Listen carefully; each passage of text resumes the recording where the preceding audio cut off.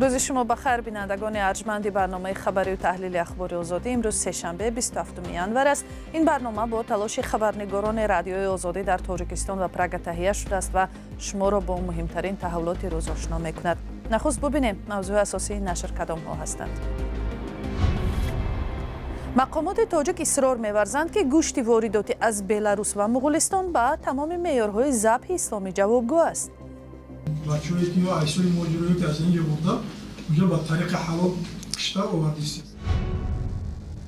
خدمات بخطری کار در صنعت اصرار می‌ورزد که خبری رسانه‌های بین‌المللی درباره فوت شهروندان افغانستان در یک کان تاجیکستان تصدیق خود را نیافته است. حجامه درمانی طفل 2 ماهه سبب مرگ این نوزاد گردید. پلیس تفتیش دارد که با چه سبب والدان جان کودک را به طبیبان مردمی باور کردند. تا حال تنها شاهدان پرسیده شدند. نتیجه را انتظاریم. نگرانی ها و پرسش ها درباره صفت گوشت وارداتی به تاجیکستان از کشور بلاروس که آیا آن واقعا هم از روی معیارهای ذبح اسلامی آماده شده است یا نه، یکی از موضوعهای صحبت خبرنگاران با مقامات گردید. چون در تاجیکستان نه همه آماده هستند گوشت استحصال بلاروس را بخرند و درباره حلال بودن آن میپرسند. این موضوع در شبکه ها هم زیاد مطرح می شود. در نشست خبری کمیته بخطری عضوقواری همکارم مولا رجب یوسفی از مسئولین شرح همین موضوع را درخواست کرد. گوشت بلاروسیا و مغولستان جای گوشت محلی را در بازارهای دوشنبه گرفته است. پیدا کردن گوشت چاروای محلی مشکل است. ساکنان هم ظاهراً به این وضع عادت کردند. بعضی ها از نرخ دسترس ستایش میکنند. 1 کیلوگرم گوشت بلاروس 75 و گوشت محلی از 100 سومانی بیشتر است. گوشت کدام جای بسیار سر می‌خرید؟ خیلی گوشتی فرق نداره. شیشه کدامش که اومدم سومش نقش دسترس باشه می‌خرم. سال 2025 بعدی بالا رفتن نرخ و کمچین شدن گوشت محلی، وارد کردن این محصولات از خارج یک بار زیاد شد. بنا به آمار رسمی سال گذشته به تاجیکستان 20,000 تن گوشت آورده شده است.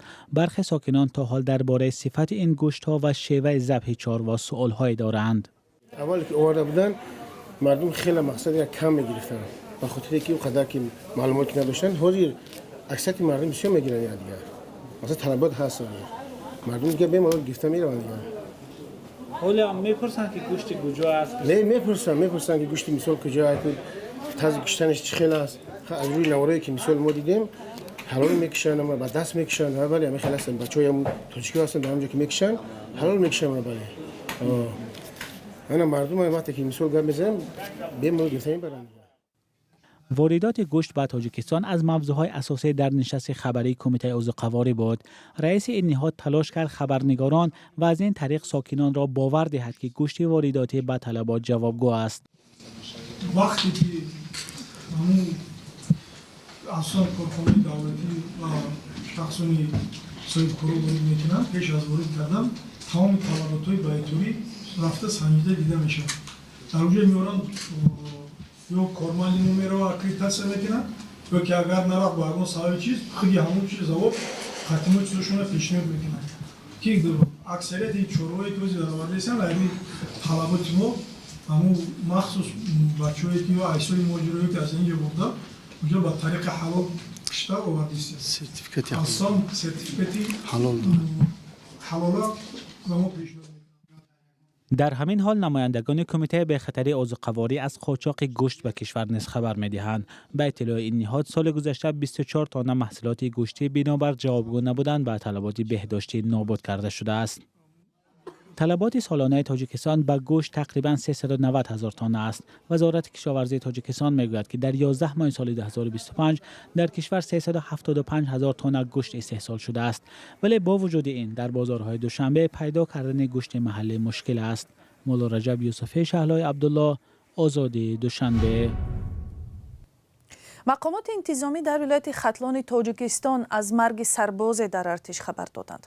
مقامات میگویند که محمد سعید سعیدов خودکشی کرده است چون به اظهارات آنها با автомат کلاشنیکوف از پیشانیش تیر زده است. این دومین سرباز نیروهای مرزبانی است که در یک ماه اخیر به هلاکت رسیده و مقامات سبب هر دو حادثه را خودکشی نامیدند. дар идомаи барнома мақомоти хадамоти бехатарии кор дар саноат мегӯянд хабари марги шаҳрвандони афғонистон дар як корхонаи металлургии тоҷикистон ҳақиқат надорад. ин хабар чанд ҳафта пеш нашр шуд ва то ҳол мақомот онро шарҳ надода буданд.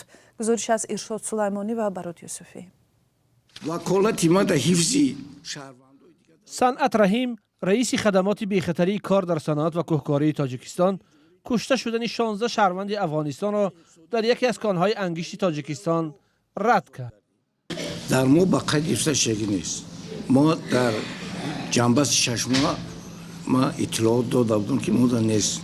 гарчанде ки мо ба прокуратураи ноҳия, шӯъбаи корҳои дохилӣ, роҳбарияти комбинати металлургӣ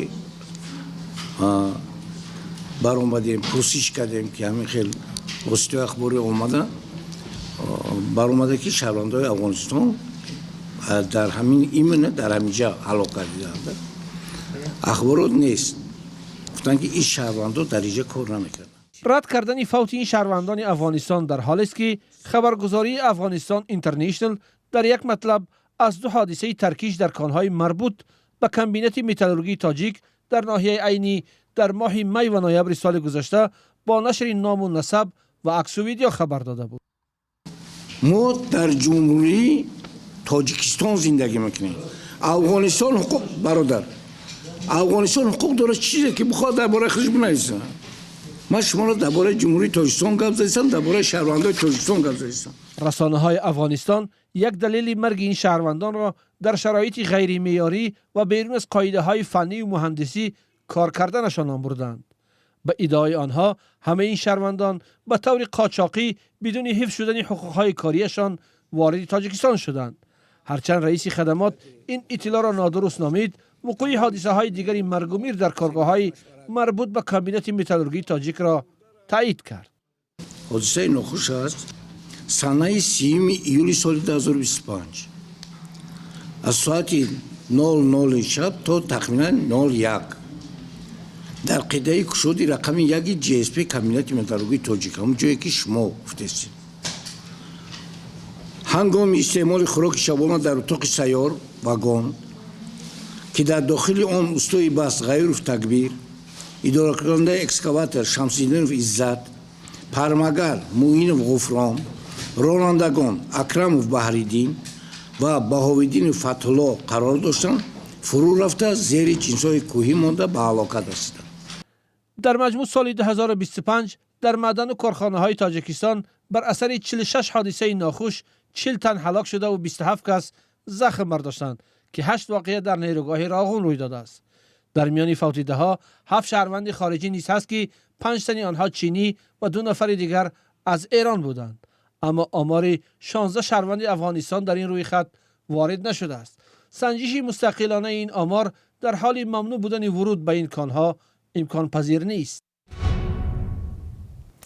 дар тоҷикистон беш аз 18 000 хидматчии давлатӣ аст ва бархе мақомот аз меъёри 5-солаи муайян шуда дар қонун барои ишғоли як вазифа хеле дарозтар кор мекунанд. ин яке аз мавзӯъҳое буд ки хабарнигорони радиои озодӣ онро дар нишасти агентии хидмати давлатӣ дар миён гузоштанд. намунаҳои кори бисёрсолаи шахсиятҳои мушаххас дар мақомҳои раҳбарикунанда зиёд аст ва баробар бо ин дигар гурӯҳи мақомдорон танҳо муҳлати аз рӯи қонун таъин шуда дар як вазифа кор мекунанд. чаро қонун нисбати мақомдорони муайян интихобӣ татбиқ мешавад? посухҳои мақомотро Амир Исоев шунид. ё меъёре ки як мансабдор ҳақ надорад бештар аз 5 сол дар як мақом кор кунад дар Тоҷикистон то куҷо дуруст иҷро мешавад? ин яке аз пурсишҳо буд ки дар нишасти имрӯзаи агентии хидмати давлатӣ садо дод. қоидаҳои ротатсия бошад, фармони президент дар бораи қоидаҳои гузарондани ротатсия ҷойваз кунӣ, яъне дар он ҷо тартиб ҳама паҳлӯҳои ин масъала танзими худашро ёфтааст. дар соли гузашта хато накунам 166 нафар шаҳрвандоне ки ба ротатсия фаро гирифта мешуданд ва ротатсия фаро гирифта шуданд. хабарнигорон аз роҳбарони ин ниҳод ба такрор пурсиданд ҳолатҳои аз 5 сол зиёд кор кардани мақомдорон дар як вазифа ба назар мерасад ва чаро чунин аст? баъзе ҳолат дар мақомоти давлатӣ нагаштани ҷойбазкунии ин бинобар мавҷуд намудани мансабҳои баробарарзиш дар доида як категория бо назардошти талаботҳои тахассусӣ мансаби ротатсияшаванда мекушад. ҳолатое ки намешад дар ҳолат мансаби мувофиқ нест ҳамон нафара ротатсия кунад. дар сурати холӣ гардидани мансаби холӣ ва бевар ё ҷавобгӯ будан ба кадрои ротатсияшаванда онҳо ҳатман ба ротатсия ва ҷойбазкунӣ фаро гирифта мешаванд.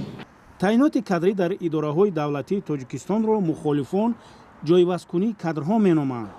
чунин таъинот ҳар сол дар остонаи баргузории ҷаласаи солонаи ҳукумат зери унвони дилзанак расонае мешавад, вале мансабдороне аз ҷумла баъзе раисону вазироне ҳастанд ки солҳо боз дар мақомҳояшон мондаанд ва ротатсия ба онҳо рабт намегирад.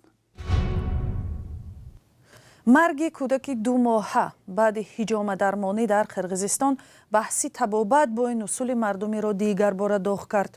пизишкон мегӯянд ин навъи дармон бахусус барои кӯдакон хатарнок аст ва ҳушдор медиҳанд ки ҳеҷ гоҳ барои табобати худсарона ба шахсон ва муассисаҳои ғайрирасмии тиббӣ муроҷиат накунанд. хунгирӣ дар шароити хона бо дасти табибони худхонда метавонад паёмадҳои фоҷиаборе дошта бошад. як намунаашро дар гузорише мебинем ки ҳамкорам Шаҳлои Гулхоҷа тақдим мекунад.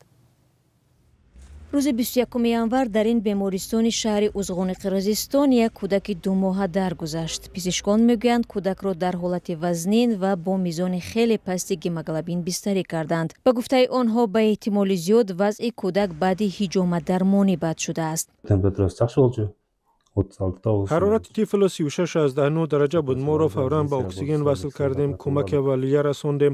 сатҳи гемоглобини ӯ бисёр паст буд. ҳангоми омадани мо ягон хунравӣ мушоҳида нашуд. ҳарчанд пизишкон ба кӯдак хун гузаронидан, тифл субҳи 21 январ даргузашт. вақте пурсидем ӯ гуфт ки 5 бор ба он ҷо рафтем. 2-3 дафъаи ахир хунравӣ бас нашуд. мо 70 миллиграмм хун рехтем. вазни кӯдак 5 килову 200 грамм буд. саҳар аҳволаш бад шуд ва табларзааш гирифт. наздикони кӯдак гуфтанд онҳо натиҷаи колбатшикофиро мунтазиранд. аз рӯи анъанаи қирғизҳо пушташро бо теғ буриданд. ӯ чанд рӯз пеш вафот кард. дирӯз ҳангоми колбатшикофӣ гуфтанд ки маргаш ба ин захмҳо рабт надорад. ҳоло тафтишот инро равшан хоҳад кард. ҳодисаро пулиси ноҳияи Узғон тафтиш дорад. қарор ба натиҷаи бозпурсӣ вобаста хоҳад буд. то ҳол танҳо шоҳидон пурсида шуданд. натиҷаро интизорем. коршиносони соҳаи тиб ҳушдор медиҳанд ки ҳиҷома хатарнок буда ҳатто талафи ночизи хун метавонад боиси марги кӯдак шавад. Эта процедура остается неконтролируемой. ҳиҷоматдармонӣ бидуни назорат сурат мегирад. аз ин рӯ хатараш барои кӯдакон зиёд аст, зеро навзодон талафоти хунро хеле бад қабул мекунанд. дар ҳодисаи ахир кӯдак ҳамагӣ 2 моҳа буд. дар чунин ҳолат ҳатто 50, 100 ё 200 миллилитр хун метавонад марговар бошад. хавфи якбора паст шудани фишори хун ва аз кор мондани дил вуҷуд дорад. ин усули табобат дар қирғизистон ғайриқонунӣ аст. мебояд тибқи кодекси ҷиноӣ ҷазо дод. умуман бояд ба табибони мардумӣ муолиҷаи кӯдакон қатъиян манъ карда шавад. Она остается нелегальной, незаконной. дар қирғизистон ҳиҷоматдармонӣ ҳамчун усули табобат тавсия дода намешавад ва вазорати тандурустӣ дар ин бора ҳушдор додааст. бо назардошти он ки хатари сирояти бемориҳо тавассути хун вуҷуд дорад, барои истифода аз ин усули муолиҷа иҷозатнома намедиҳанд. то кунун мавридҳои зиёди фавти одамон дар пайи ҳиҷоматдармонӣ сабт шудааст. бинандагони арҷманд, барномаи ахбори озодӣ ба поён мерасад. хабару ҳодисаҳои муҳимро метавонед аз сомонаи радиои озодӣ ҳар вақте хостед пайгирӣ кунед. озодӣ.орг. инчунин саҳифаҳои радиои озодӣ дар шабакаҳои иҷтимоӣ Instagram, Telegram ва TikTok-у Facebook ҳам барои шумо хабару видео ва аксҳои рӯзро аз ҳодисаҳо дар Тоҷикистон ва ҷаҳон пешкаш мекунанд. агар шумо ҳам хабару маълумоти муҳиме доштед ва ё шоҳиди кадом рӯйдода шудед, лутфан ба мо аксу видео ва паёми худро фиристед ва мо бо шумо дар тамос мешавем. сипос барои ҳамроҳиятон ва худо нигаҳбони шумо.